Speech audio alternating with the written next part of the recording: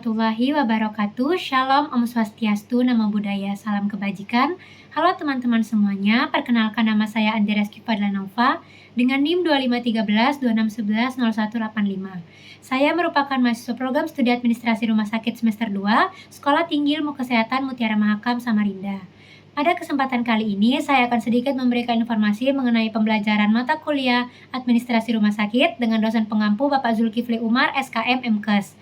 Video ini bertujuan untuk memberikan edukasi kepada masyarakat betapa pentingnya pengelolaan administrasi rumah sakit di pelayanan kesehatan. Materi pertama yaitu materi mengenai manajemen administrasi rumah sakit. Manajemen administrasi rumah sakit itu sendiri adalah proses pengelolaan kegiatan administrasi di rumah sakit untuk memastikan pelayanan kesehatan berjalan secara efektif dan efisien. Manajemen administrasi rumah sakit memiliki 4 fungsi, yaitu fungsi planning, organizing, actuating, dan controlling.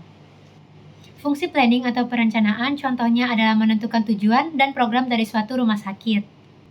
Fungsi organizing atau pengorganisasian yaitu menentukan struktur dari suatu rumah sakit.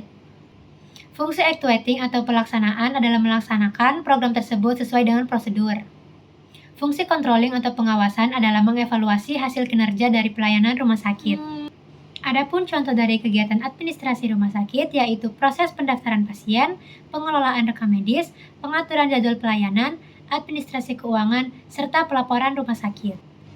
Tujuan dari manajemen administrasi rumah sakit yaitu meningkatkan kualitas pelayanan, mempermudah alur pelayanan, meningkatkan efisiensi kerja, dan membantu dalam pengambilan keputusan. Materi kedua adalah materi tentang manajemen sumber daya manusia di rumah sakit.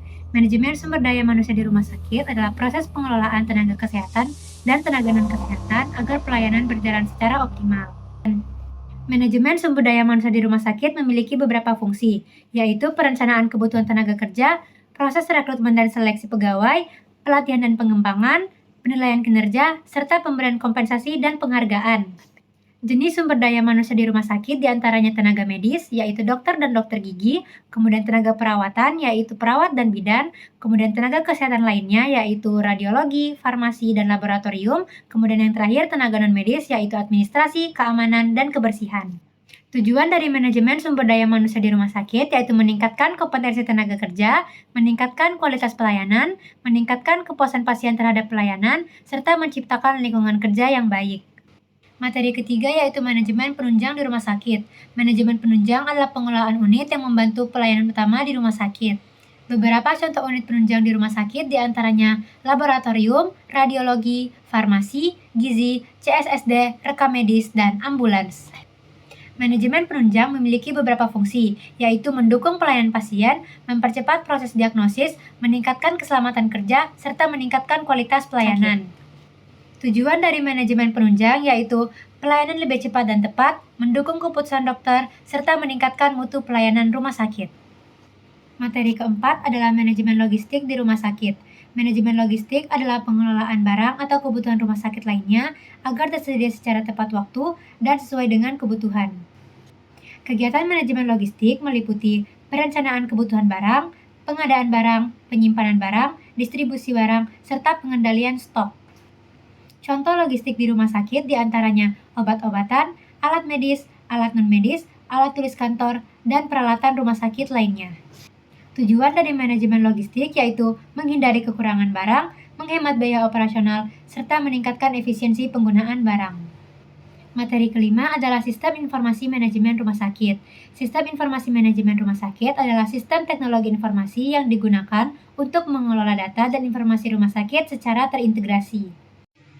Adapun fungsi dari sistem informasi manajemen rumah sakit diantaranya mengelola data pasien, mengatur jadwal pelayanan, mengelola rekam medis elektronik, mengelola keuangan, serta pelaporan rumah sakit.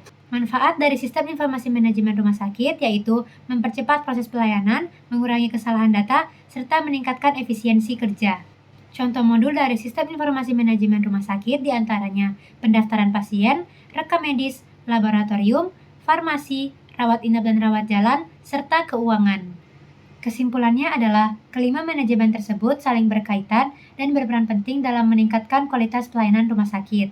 Dengan manajemen yang baik, rumah sakit dapat memberikan pelayanan kesehatan yang efektif, efisien, dan berorientasi kepada keselamatan pasien. Sekian yang bisa saya sampaikan pada kesempatan kali ini. Saya mohon maaf yang sebesar-besarnya apabila terdapat kekurangan maupun kesalahan. Saya akhiri, wabillahi taufiq wal hidayah. Wassalamualaikum warahmatullahi wabarakatuh. Mahasiswa, belajar, belajar, belajar.